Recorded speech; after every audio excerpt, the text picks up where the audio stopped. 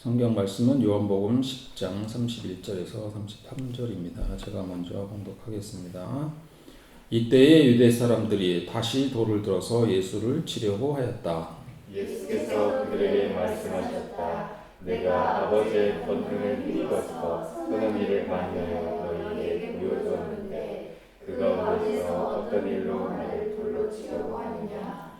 유대 사람들이 대답하였다. 같이 읽겠습니다. 우리가 당신을 돌로 치려고 하는 것은 선한 일을 하였기 때문이 아니라 하나님을 모독하였기 때문이요. 당신은 사람이면서 자기를 하나님이라고 하였소. 자, 오늘 설교의 제목은 기독교와 도덕성입니다. 기독교는 도덕성을 바로 세우는데 도움이 되는지, 도움이 되려면 어떻게 해야 하는지 생각해 보는 시간을 가져보면 좋겠습니다. 먼저 오늘의 질문을 드립니다. 마이클 샌델 교수의 정의란 무엇인가에서 제시되었던 사실은 워낙 유명한 문제입니다. 첫 번째 문제를 한번 보도록 하겠습니다. 트롤리 열차 문제라고 불립니다. 자, 전차 트롤리가 있는데요. 궤도를 따라 빠르게 달려가고 있습니다. 앞에 5명이 트랙에 묶여 있습니다. 이 사람들은 도망갈 수 없습니다. 트롤리의 방향을 바꿀 수 있는 스위치가 옆에 있습니다. 스위치를 당기면 트롤리는 다른 트랙으로 방향을 틀게 되지만 그곳에도 한 사람이 묶여 있습니다. 원래 진행 방향은 요 5명이 있는 진행 방향입니다. 여러분은 트롤리를 멈추게 할 수는 없고 스위치를 당길지 말지만 결정하시면 됩니다. 어떻게 하시겠습니까? 뭘 하셔야 돼요. 아무것도 안 하시면 5명이 죽어요. 그렇게 오래 생각하시면 5명이 죽습니다. 세울 수는 없어요? 네, 못 세워요. 못 세웁니다. 둘 중에 하나만. 스위치를 당기든지 말든지 둘 중에 하나만 하실 수 있습니다. 자, 두 번째 문제입니다. 이게 기본 문제고요. 여기 변형 문제가 꽤 많습니다. 그 중에 하나가 인간 방벽 문제라고 하는 것입니다. 5명이 묶여 있는 거는 똑같습니다. 그런데 내가 육교 위에 서 있고요. 스위치는 없습니다. 그 대신에 제 옆에 굉장히 뚱뚱한 사람이 하나가 있습니다. 얼마큼 뚱뚱하냐면 열차를 멈춰 세울 수 있을 만큼 뚱뚱한 사람입니다. 그러면 제가 옆에서 이 뚱뚱한 남자를 밀으면은 이 사람은 죽기는 하겠지만 5명은 구할 수 있습니다. 어떻게 하시겠습니까? 이미 많이 테스트 된 거예요. 많이 테스트 돼서 그 앞에 문제인 경우에는 어디가 많을 것 같아요? 스위치를 당겨서 한 사람만 죽게 한다가 더 많은 선택지가 된 거고요. 이 경우는 똑같이 한 사람 죽이는 건데 한 사람을 밀어서 죽이는 거는 좀 불편하다는 거예요. 그래서 그냥 놔두는 경우가 꽤 많습니다. 왜냐하면 사람을 내가 밀어서 이걸 죽이는 것에 대해서 굉장히 도덕적인 저항감이 있기 때문입니다. 그러니까 이거는 한 사람을 죽인다는 것은 사실은 똑같은 것인데 근데 스위치를 당겨서 죽이느냐 아니면 밀어서 죽이느냐 이 차이인데도 불구하고 우리는 다른 판단을 하고 있다는 얘기입니다. 똑같은 상황인데 다른 도덕적인 판단을 하고 있다라는 예시가 됩니다. 제가 신학을 하게 된 동기는 종교가 우리 삶에 미치는 영향 때문이었습니다. 인간의 역사를 볼 때 인간의 삶에 가장 큰 영향을 미친 요소는 과학과 종교가 아닐까 생각했습니다. 가끔 그런 생각을 해본 적이 있습니다. 종교가 우리에게 정말 필요할까? 종교가 없는 세상은 어떨까? 종교가 없다면 윤리와 도덕은 어떻게 세울 수 있을까? 이 문제에 대해서 이제 선악의 기원이라는 책 후반부에 내용이 일부 언급되어 있어서 그런 내용 일부를 좀 이용해서 오늘 설교가 구성되었음을 미리 말씀을 드립니다. 어떤 사람들은 신의 존재를 믿지 않는 사람들은 좋은 사람이 될 수 없다 이렇게 생각을 합니다. 도덕적이 될 수 없다고 생각합니다.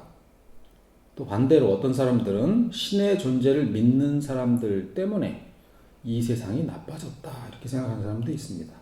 맹목적인 믿음으로 도덕성이 파괴되었다고 생각합니다. 종교와 도덕성의 관계는 오랫동안의 논란거리입니다. 많은 사람들이 종교가 도덕성의 근본적 기초라고 주장을 하는데 이에 대한 반대 의견도 상당히 많이 존재합니다. 어떤 학자는 우리의 많은 좋은 생각들이 종교의 가르침에서 왔다고 주장합니다. 그러나 또 다른 학자는 종교가 폭력적이고 비합리적이며 관용이 없고 인종차별주의와 종족주의, 편협과 결탁하고 무지하며 자유로운 탐구에 적대적이며 여성을 비하하고 아이들에게는 강압적이다라고 주장합니다. 이렇게 주장한 사람은 크리스토퍼 히친스라는 사람입니다. 현재 우리가 긍정적으로 여기는 많은 도덕적 사업들이 종교적 신앙에 바탕을 두고 있고 종교 지도자들의 지원을 받아왔음을 인정해야 할 것입니다. 가령 현재 많은 자선단체의 설립과 활동이 기독교를 기반으로 하고 있고 한국 초기 기독교의 역할을 봤을 때 의식개혁이나 교육, 공공의료사업 등의 교회의 사회적 역할도 부정할 수 없습니다. 하지만 역사상 가장 끔찍했던 잔혹 행위 가운데 일부는 종교적 신앙에 의해서 유발되었다는 것 또한 사실입니다. 예를 들면 십자군 전쟁, 마녀사냥, 종교개혁 전쟁, 현대 종교의 극단주의적인 테러 같은 것들입니다. 우리나라인 경우 이승만 정권 시대에 제주 4.3 사건에서 민간인 학살로 문제가 되었던 서북청년단, 서청이라고 하는데 공산주의에 적개심을 갖고 있던 서북 지역의 기독교인들을 주축으로 한 모임입니다. 대표적으로 영락교회는 서북청년단 조직에 깊이 관여한 것으로 알려져 있습니다. 한경직 목사 스스로 영락교회 청년들이 서북청년회의 중심이 되어 조직했다고 밝히기도 했습니다. 종교를 지지하는 사람들은 성경에서 말하는 이웃 사랑에 관한 문장을 이용합니다. 레위기 19장 18절입니다. 한 백성끼리 앙심을 품거나 원수 갚는 일이 없도록 하여라. 다만 너는 너의 이웃을 내 몸처럼 사랑하여라. 반면 종교를 비판하는 사람들은 지금의 눈으로 보면 도덕적으로 이해가 되지 않는 부분이 여러 있다고 지적합니다. 예를 들면 가나안 족속을 멸하라고 한 집단 학살입니다. 신명기 20장에 이렇게 써 있습니다.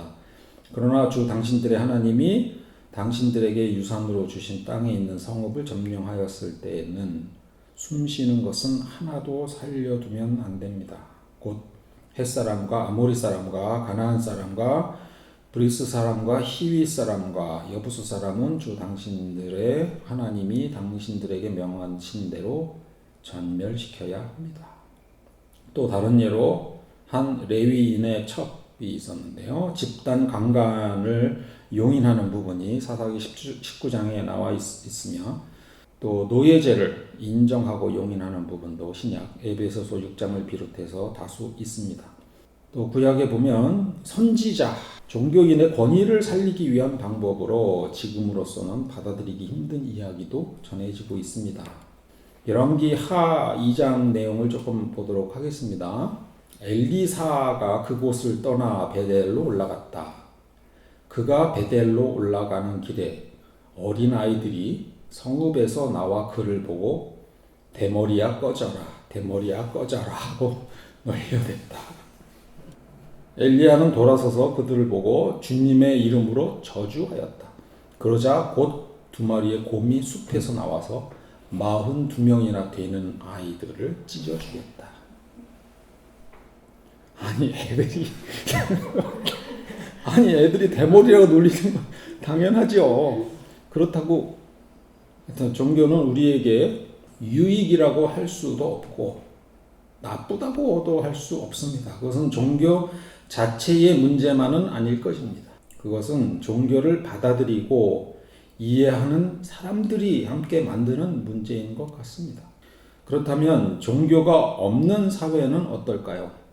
이 경우도 똑같이 두 가지 반대 사례를 찾을 수 있습니다. 종교가 없음에도 훌륭한 도덕성을 갖는 나라도 있고요. 대표적으로 덴마크를 꼽습니다. 그렇지 않은 나라도 있습니다. 우리나라도 종교적이었다가 아닌 나라로 이동하고 있지만 종교성이 더 짙었던 과거의 도덕성이 지금보다 더 좋다고 말하기는 어려울 것 같습니다. 문제는 종교가 있느냐 없느냐가 아니라는 것입니다. 실제로 같은 사회 안에서 종교인이 비종교인보다 더 도덕적일까라는 의문이 생겼고 이에 관한 연구를 학자들이 했습니다.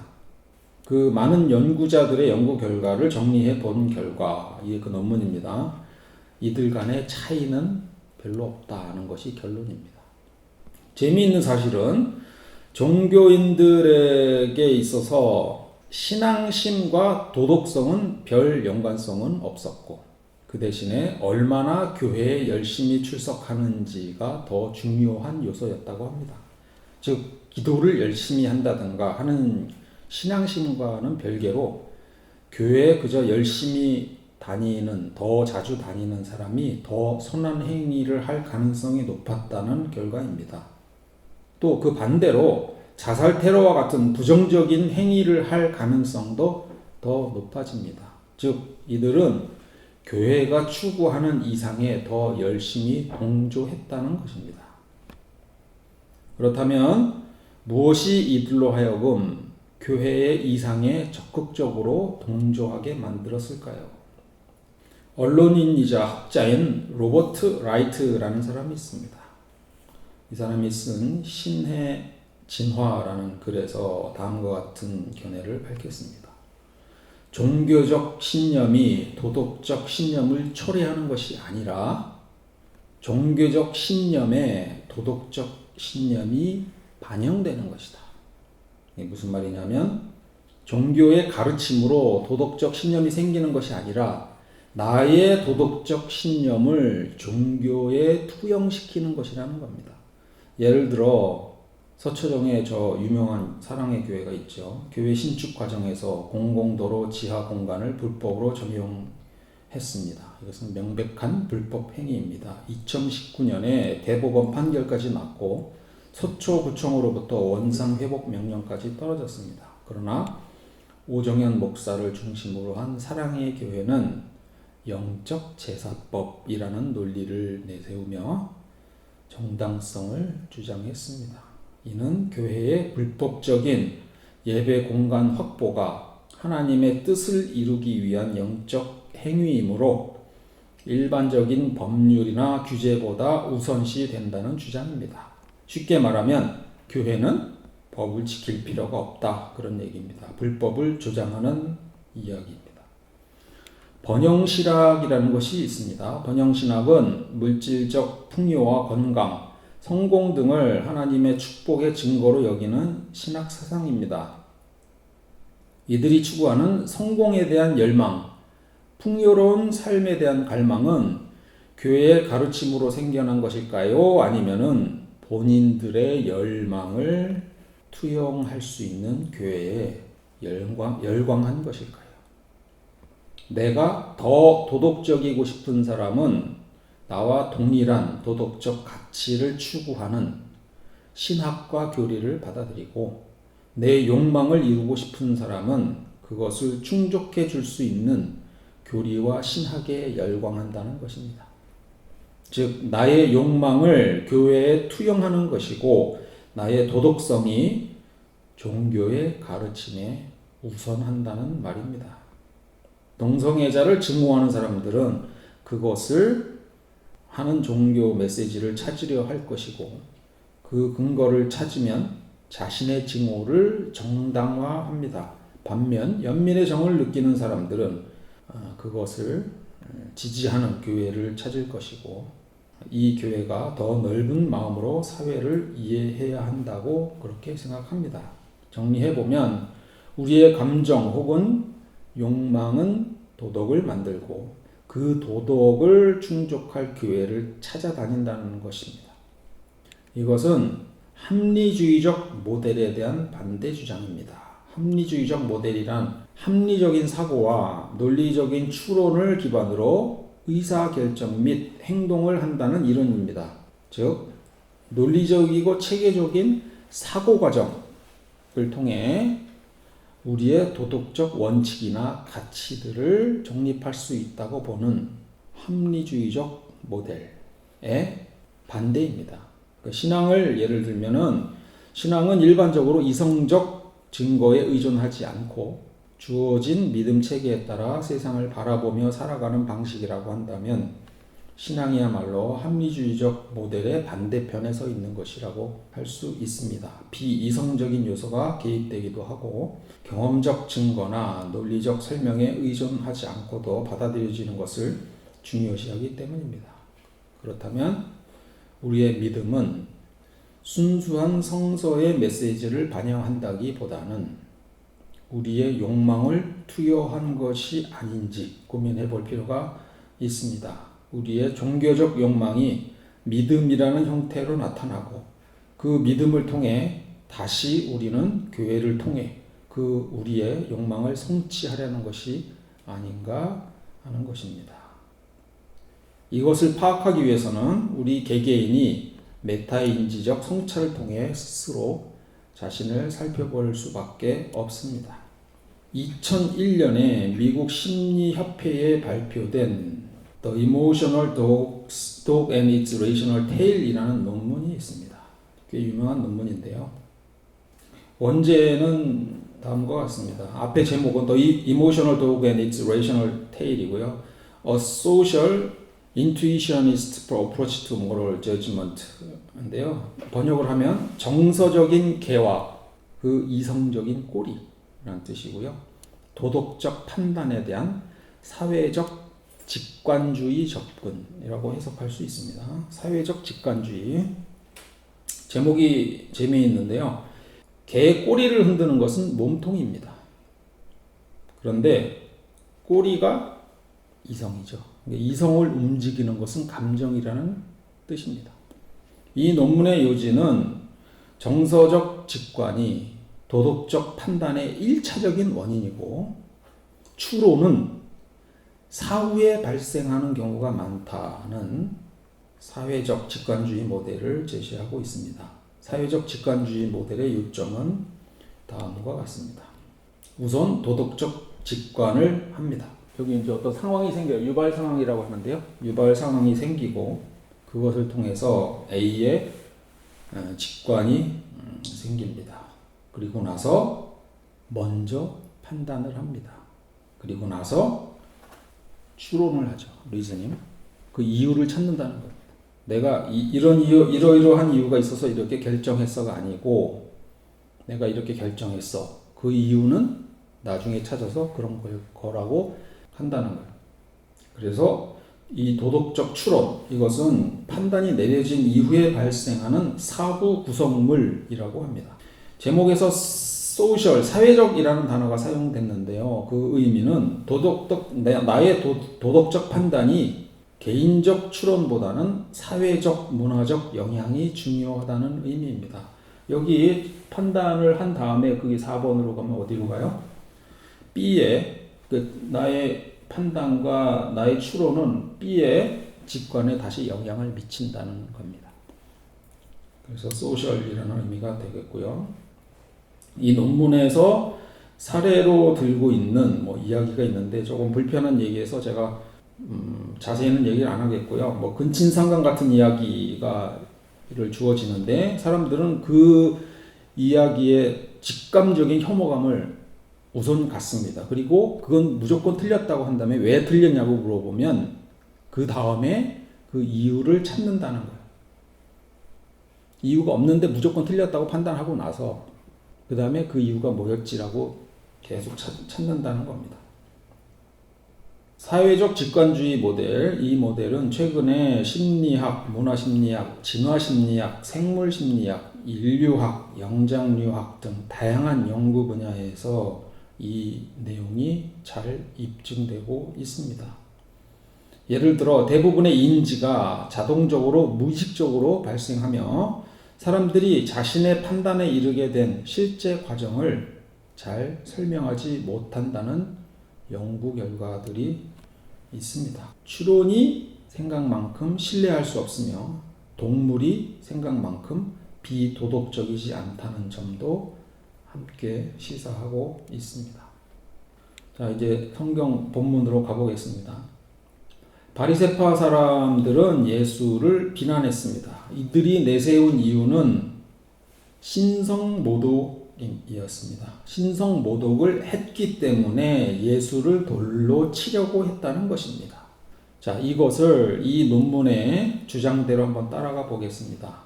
바리새파 사람들은 그가 싫었습니다. 예수가 싫었습니다. 그냥 싫었습니다. 그래서 그는 틀린 겁니다. 반대하는 거죠. 그리고 그 이유를 찾아내는 겁니다. 수많은 좋은 이유들은 다 버리고 나쁜 이유만 찾아냅니다. 그 신성모독입니다. 여러분은 어떻게 생각하십니까? 예수가 잘못해서 그들이 그를 죽이려고 했나요? 아니면 죽도록 싫어해서 잘못을 만들어냈나요? 바리새파 사람들은 유대에서 랍비로 불리며 지식층으로 인정받았던 사람들입니다. 랍비가 되기 위해서는 오랜 시간 도제식 교육을 받아야 했습니다. 랍비는 나름대로 계보가 있습니다.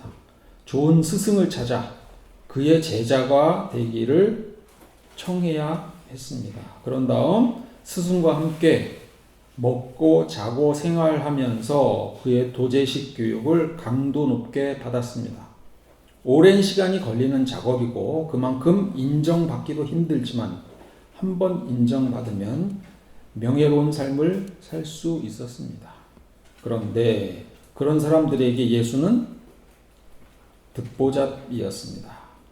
예수님은 시골 출신으로 정규적인 교육을 받지 않았습니다. 오히려 회당에서 율법을 스스로 가르치고 읽고 가르쳤으며 자신만의 독특한 해석과 권위를 가지고 가르쳤습니다. 바리새파 사람들이 인정할 수 있었겠습니까? 바리새파 사람들은 예수를 싫어한 이유가 명백합니다. 정규 교육을 받지 못했다는 겁니다. 출신 학교가 없다는 겁니다. 검정고시 출신입니다. 우리나라 법관들이 이재명을 굉장히 싫어하는데 한 정치가가 말하기를 그 이유는 이재명이 학교도 제대로 못 나와서라고 합니다. 그 사람이 얼마나 유능한가 이런 건 중요하지가 않고 어디 출신인가를 더 따지는 한국 사회입니다. 서울대 학교 내란과 출신들은 검정고시 출신의 이재명이 그냥 못마땅한 겁니다. 그냥 싫은 겁니다. 그냥 싫으니 그가 틀린 것이고 그가 틀렸기 때문에 온갖 말도 안 되는 이유를 갖다 붙이는 겁니다. 이 조나단 헤이트의 사회적 직관주의와 정확히 일치합니다. 우리나라에서 공부 제일 잘한다고 하는 사람들의 행동이 가장 직관에서 벗어나서 합리적으로 이성적으로 판단하고 행동한다고 자부하는 사람들이 가장 원초적이고 비이성적이고 비합리적인 행태를 보이는 것입니다. 이것으로 우리는 확실히 알게 되었습니다. 사회적으로 지위가 높다고 존중받을 필요가 전혀 없다는 것을 말입니다. 엘리트주의라는 것은 역으로 엘리트 그룹에 속하지 않은 사람들에 대한 차별을 의미합니다. 비엘리트들은 지배받아야 하고 무식하며 자기들의 가르침을 받아야 하고 명령에 복종해야 합니다. 이 타파해야 할 엘리트주의자들이 가장 용납할 수 없는 것이 무엇인지 아십니까? 다가오는 시대는 이 엘리트주의가 무너져야 합니다. 그렇다면 우리의 직관이 어느 정도의 사회적인 영향력 하에 있는지를 보여주는 사례가 있습니다. 아주 오래된 고전 중에 헤로도토스의 역사라는 책이 있습니다. 헤로도토스는 다양한 문화권의 장래 풍습과 시신에 대한 태도를 기록하며 문화 상대주의적인 관점을 보여줍니다. 특히 유명한 이야기는 페르시아의 다리우스 왕이 그리스인과 인도인 칼라티아이족에서 각자 다른 장례 풍습을 따르고 있는 사람들입니다. 그리스인들은 매장하고 화장을 함께 했던 문화를 가지고 있었습니다. 그리스인들을 불러놓고서 인도 그 칼라티아이족은 매장 문화가요, 부모의 시신을 먹는 겁니다. 그래서 두 그룹을 불러다 놓고서 그리스인에게 돈을 얼마나 주면 부모의 시신을 먹을 수 있냐고 물어봤더니 그리스인들은 극혐하고 거부했습니다. 그들에게 시신을 먹는 것은 상상조차 할 수 없는 일이었습니다.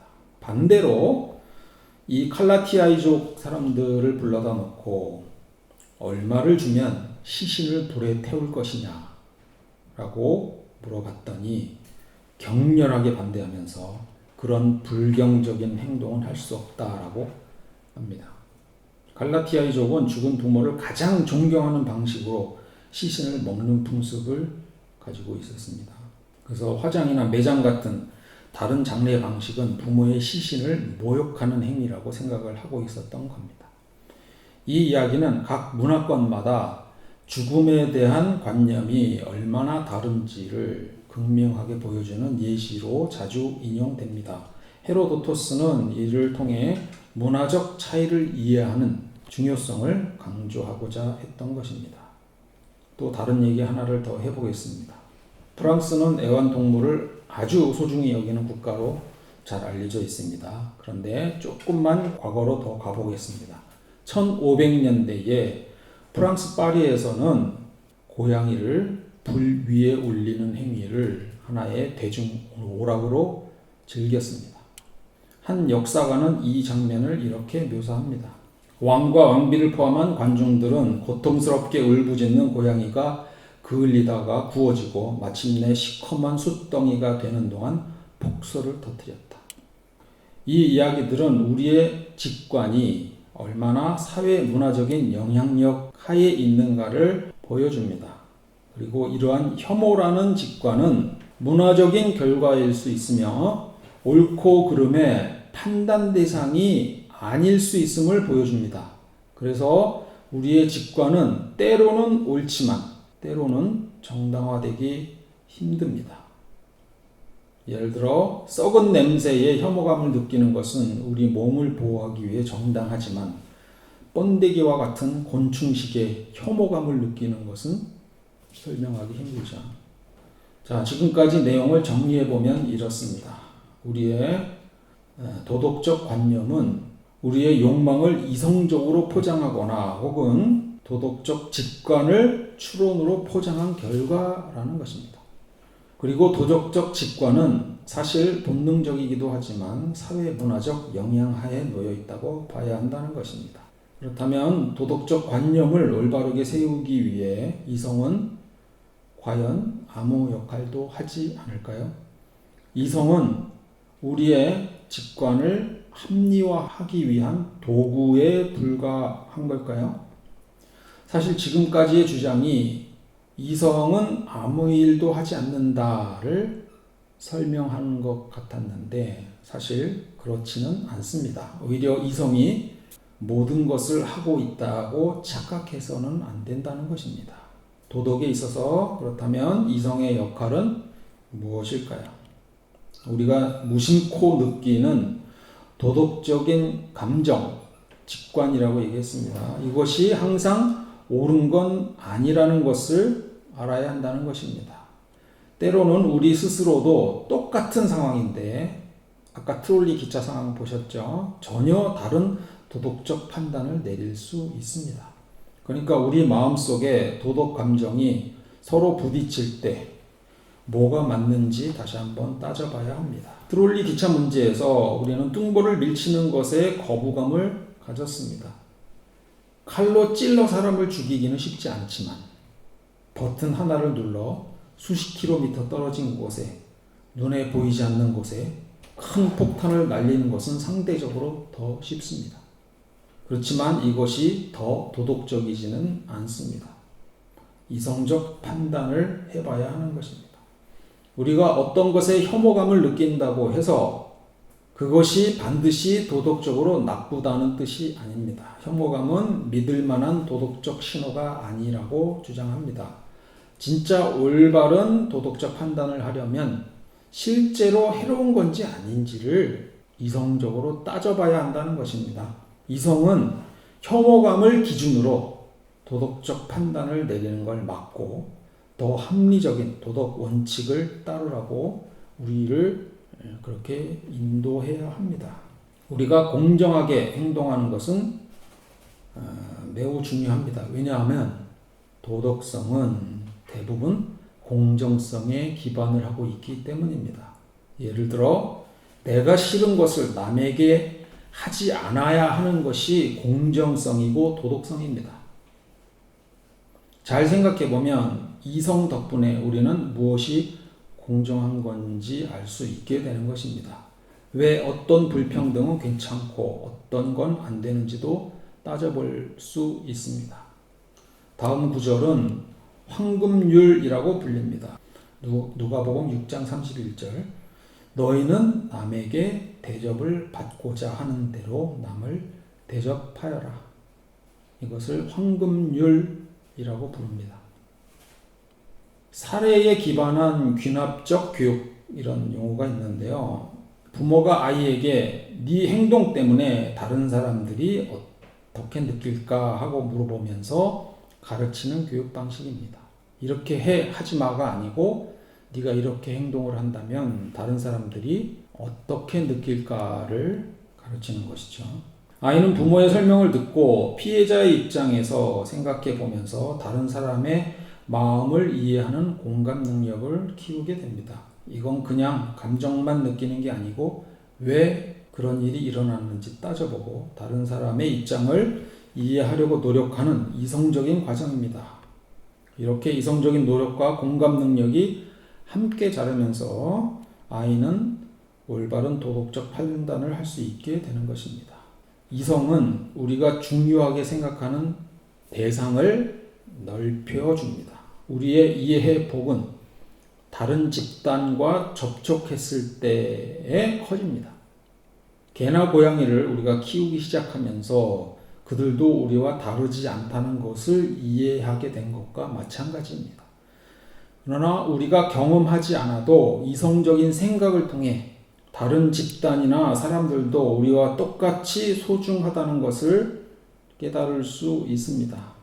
이런 이성적 추론을 통해 우리도 모르게 가지고 있던 편견을 넘어서서 모든 사람에게 똑같이 적용되는 보편적인 도덕 원칙을 따르려고 노력하게 되는 것입니다. 오늘 우리는 기독교와 도덕성의 관계를 살펴보았으며 인간의 도덕적 판단이 단순히 종교적 가르침이나 감정적 직관에만 의존하는 것이 아님을 살펴보았습니다. 역사 속에서 종교가 긍정적인 역할을 수행하기도 했지만 맹목적인 믿음이 끔찍한 결과를 초래하기도 했습니다. 인간의 도덕적 결정 과정은 복잡하고 우리의 감정과 욕망이 결합해서 올바른 판단을 흐리게 만들 수 있습니다. 우리는 종종 직관적인 감정에 따라 먼저 판단을 내리고 그 이후에 이성적인 이유를 찾아서 정당화하려는 경향이 있습니다. 바리새인들이 예수를 비난했던 것처럼 법관들이 학교 출신을 문제 삼는 것처럼 때로는 우리의 편견과 선입견이 먼저 작용하고 그 후에 그 감정을 뒷받침할 논리를 만들어내기도 합니다. 그러나 이성은 우리에게 중요한 역할을 할 수 있습니다. 우리의 감정적인 직관을 성찰하고 비판적으로 평가하도록 한다는 것입니다. 우리가 무심코 내리는 도덕적 판단 뒤에 숨겨진 복잡한 가치 충돌, 이것을 이성을 통해서 우리가 파악할 수 있는 겁니다. 혐오감도 마찬가지로 도덕적 판단의 근거가 될 수 없음을 이성을 통해서 우리가 잘 판단해야 합니다.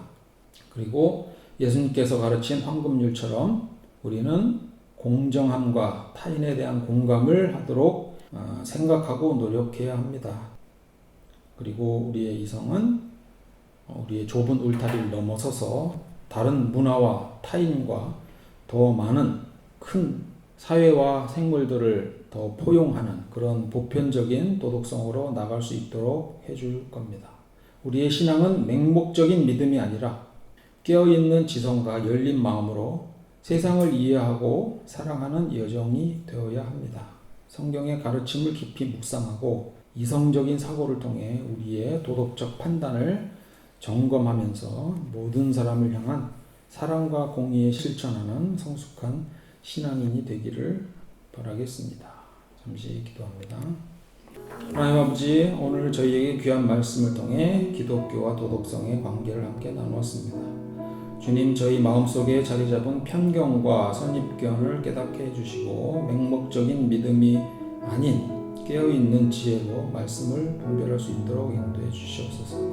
저희가 감정적인 직관에 갇히지 않고 이성적인 사고를 통해 진정으로 옳고 그름을 판단하며 살아갈 수 있도록 지혜를 더하여 주시옵소서. 우리에게 예수님이 가르쳐 주신 황금률의 깊은 의미를 깨닫게 하시고 저희가 먼저 타인을 존중하고 사랑하며 공정하게 대하는 삶을 살아가도록 인도하여 주시옵소서.